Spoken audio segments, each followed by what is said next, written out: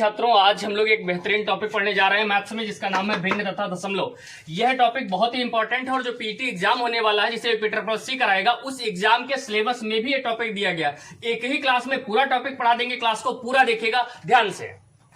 भिन्न तथा दशमलव, इसमें दो शब्द हैं, एक भिन्न और एक दशमलव। पहले हम लोग समझ लेंगे भिन्न क्या होती, फिर समझ लेंगे दशमलव क्या होती है, और फिर आज इसी क्लास में इसकी पूरी प्रैक्टिस भी करेंगे, इसलिए पूरी क्लास देखिए आप ध्यान से।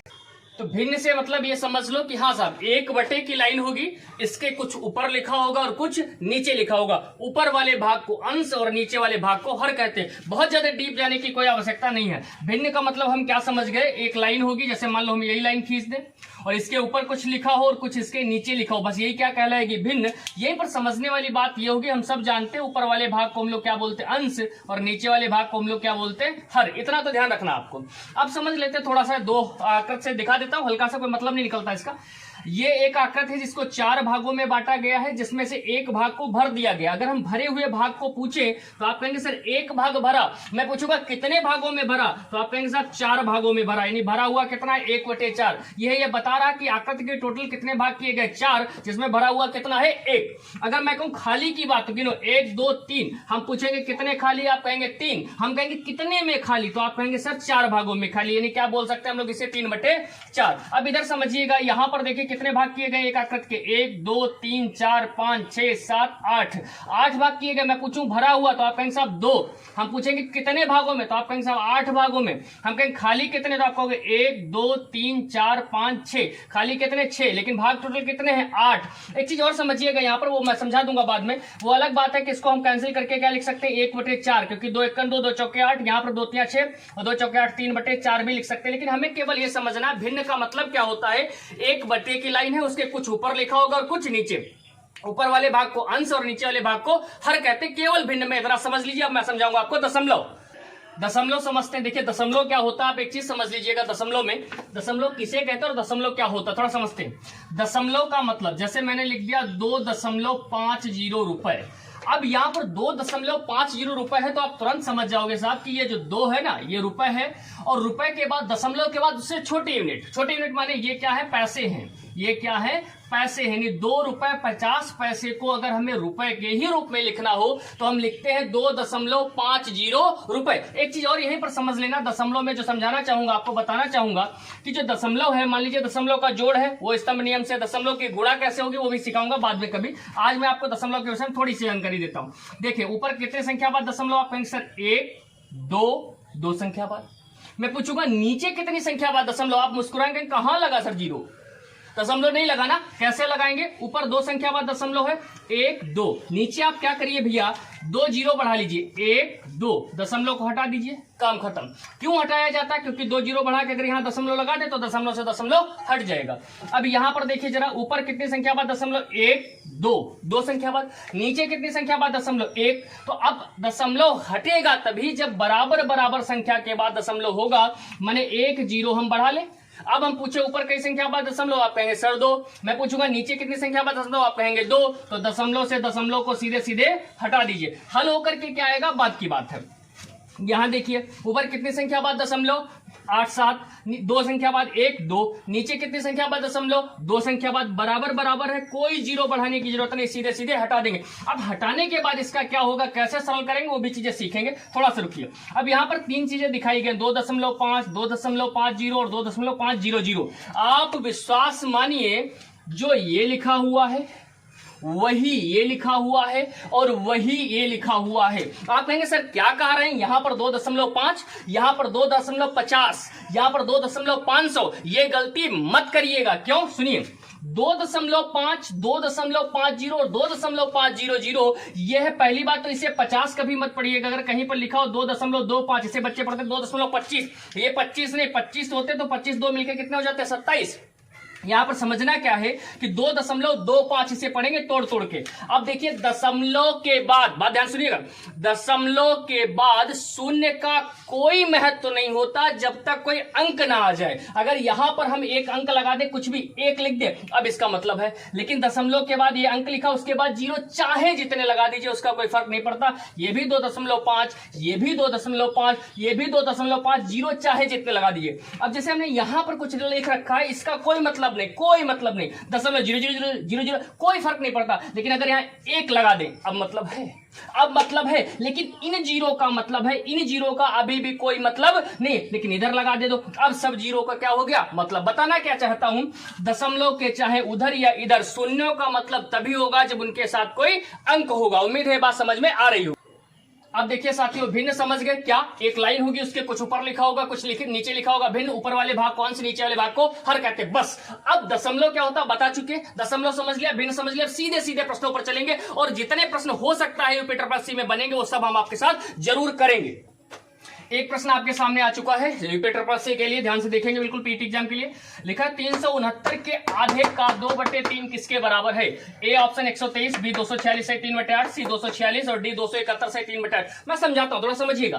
पहले तो सवाल को, गणित के सवाल को प्रिय बच्चों आप क्या करिए, बहुत ध्यान से पढ़ा करिए और पढ़ने के बाद कभी भी किसी सवाल को सरल मानकर जल्दबाजी नहीं करिए। जल्दबाजी में गलत हो जाता सवाल। देखिए थोड़ा सा समझते। उसने कहा 369 तो हमने लिख लिया भैया ठीक 369।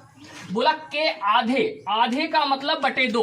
अपने दिल दिमाग फेफड़ा किडनी में बिठा लो, आधे का मतलब बटे 2। आधे का मतलब गणित में गुणा, 2/3 तो 2/3। बस कुछ मत करिए। अब देखिए इसको सॉल्व कर लेते हैं, बहुत ध्यान से देखिएगा कैसे करेंगे। 2 से 2 कट गया, 3 एकन 3, 3 एकन 3, 3 दूनी 6 और 3 तिया 9, यानी 2 एकन 2 काटा था, 123 एकन कितना हो गया 123। क्या है विकल्पों में? बिल्कुल है। कौन सा? ए वाला ऑप्शन इसका बिल्कुल सही जवाब होगा।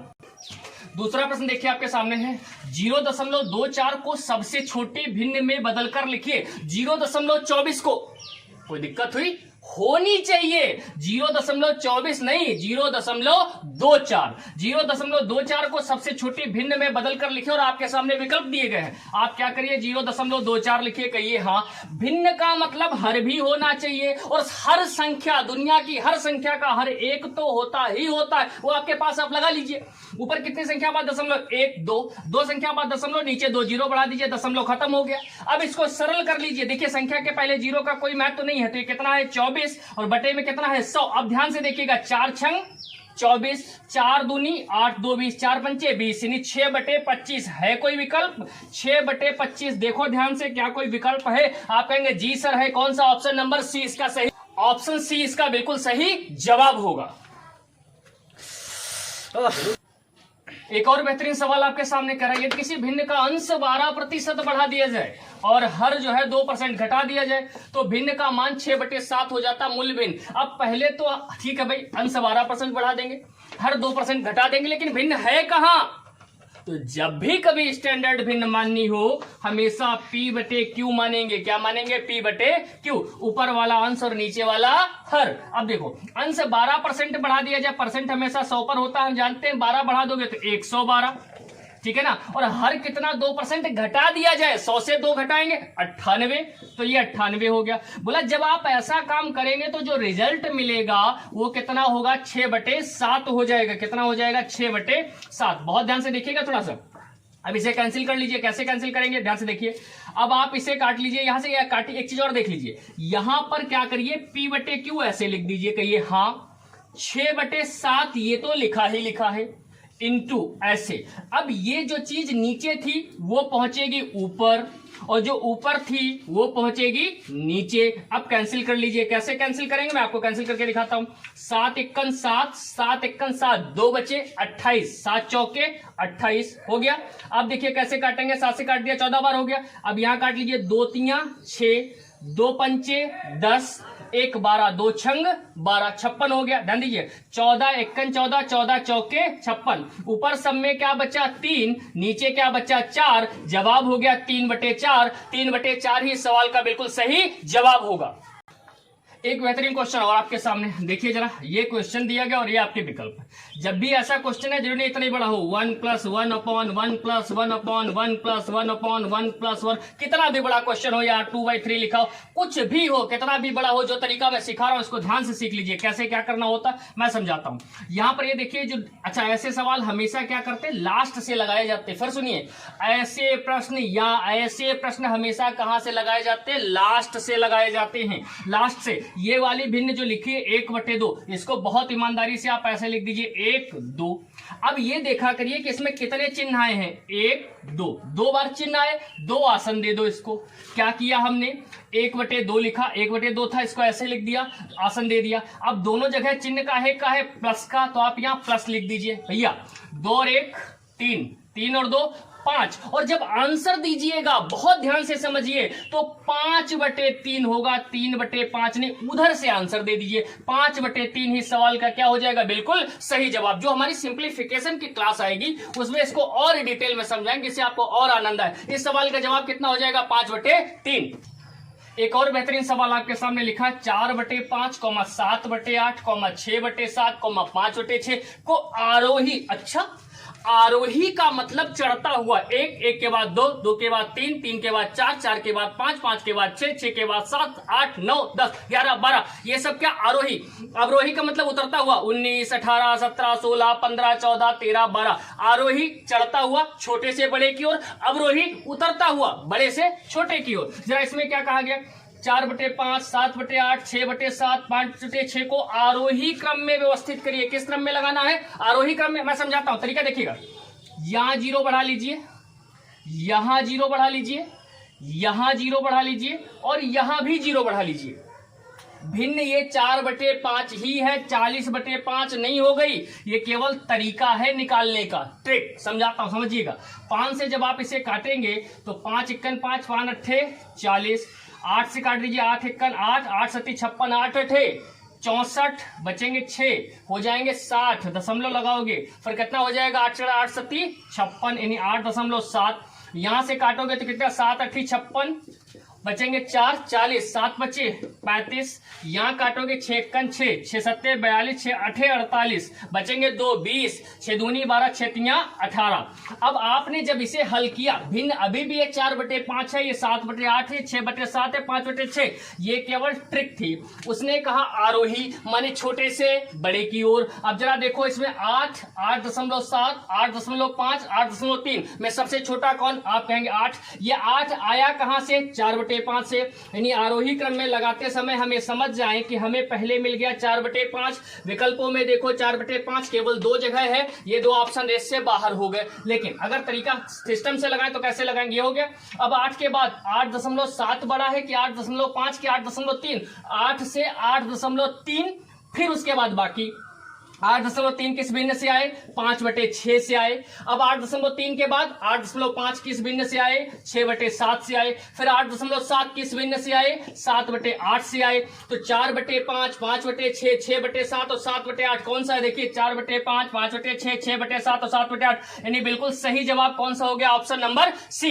तरीका क्या बताया, 0 0 बढ़ा लिया। ये 0 बढ़ाने से फायदा क्या हो गया, ऐसे निकाल लिया और फिर हमने आरोही क्रम लगा दिया। आरोही माने बढ़ता हुआ क्रम। उम्मीद है क्वेश्चन आपको समझ आया होगा, जिसका आंसर हो गया ऑप्शन नंबर सी।